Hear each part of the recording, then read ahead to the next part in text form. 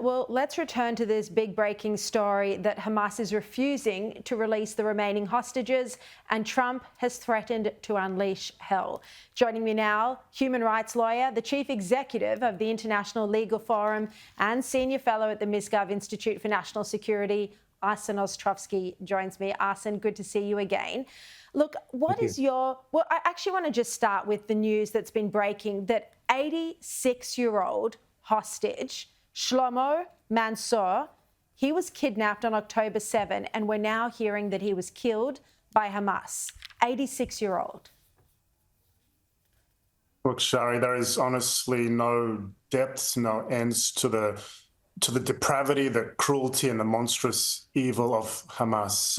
They spare no one, from a Holocaust survivor, 86-year-old Shlomo Mansour, whom they kidnapped, took hostage from his home and murdered in captivity, to the youngest of hostages, 9-month-old baby, to women and the elderly. No one is spared by their evil. There is no end to that. So it really is a very, very sad day indeed. It's really, really sad, you know, to think that an 86-year-old has to go through this. Arsen, I spoke earlier in the show about my sense, which is that the remaining hostages are either not alive or they're in such a terrible condition, so emaciated and starved that Hamas doesn't want the world to see their depravity. What do you think about that? I think that's a fair assumption. Hamas is engaged in a sadistic game of psychological warfare and torture. We have seen that with every single move they make. Everything for them is some kind of vile show and a propaganda exhibition.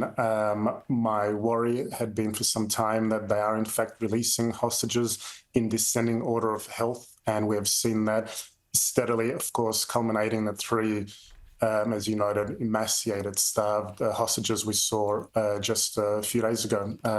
So it may well be that the remaining hostages are in such awful condition, which we know already for a fact, including from most that have returned.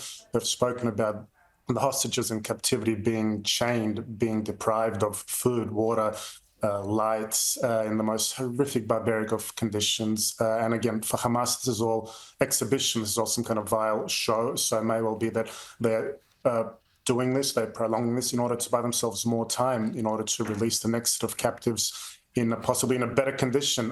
We don't know, but they are, they are violating every single term of the agreement with Israel, with the mediators. And as you said, President Trump has been very clear: release the hostages by 12 noon, or there will be indeed hell to pay. Yeah, and he said now release all of them. He said he doesn't want to see them in drips or drabs.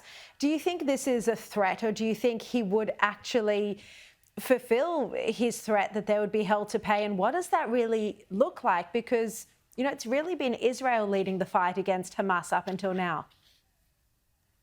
Look, I think that we should take President Trump at his word. He has been consistent well before even his election that there will be hell to pay for if Hamas does not release these hostages, not just the Americans holding hostages, but all the remaining hostages.